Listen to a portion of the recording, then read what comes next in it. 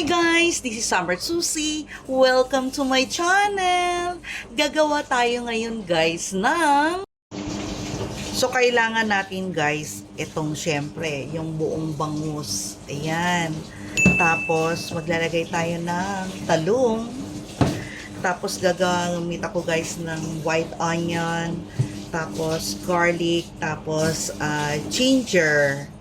Ayan.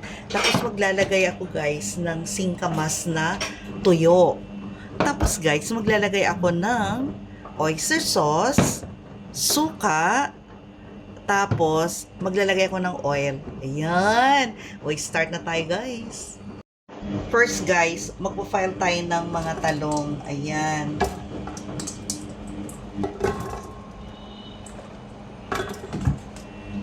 Tapos guys, ilalagay natin to. And then, yung ating fish. Yan, malinis na yan guys.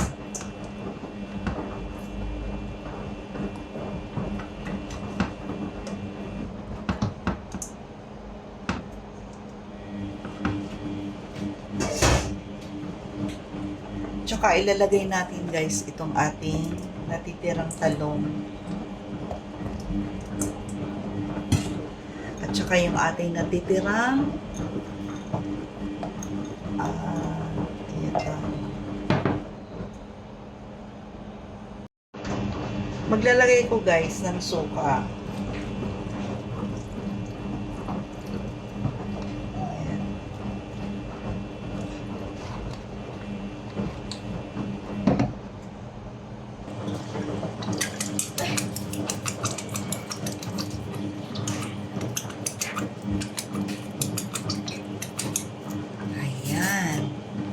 Maglalagay ko guys ng 1 cup of water. Ayan. And iluto na natin. Ayan guys. Nakasalang na sa apoy. So, pakukuluan natin yan guys ng 1 hour.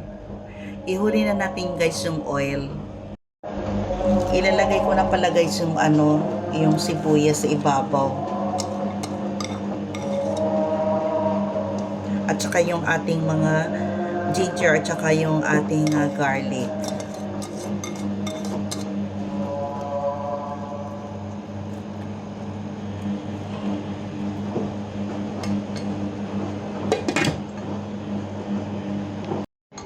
Guys, lagyan natin ng sugar para medyo matamis-tamis yan.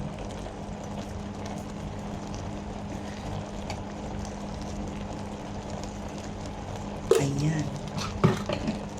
2 kutsara. Maglagay tayo guys ng oil. Ayan. Lalagyan ko guys ng oyster sauce.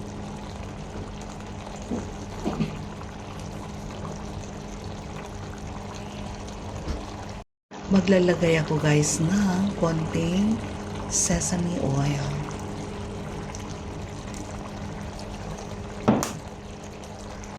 Titikman natin guys yung lasa, kulang man ng asin. So, lang guys, yung ilalagay natin yung fish sauce. Ayan.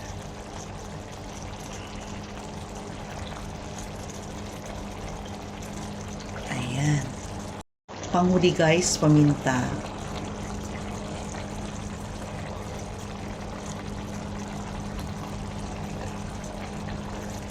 Check natin guys. Ayan, luto na siya guys. I-off na natin yung apoy. Ayan. I-prepare ko na guys ha. So guys, ito na yung ating bangus na nilagyan ng kamyas. So guys, ano pang hinihintay ninyo guys? Gayahin na ito yung aking recipe which is bangus with kamyas. So guys, don't forget to like, share, and subscribe my YouTube channel, Summer Susie. And bye guys. See you in my next vlog. Bye.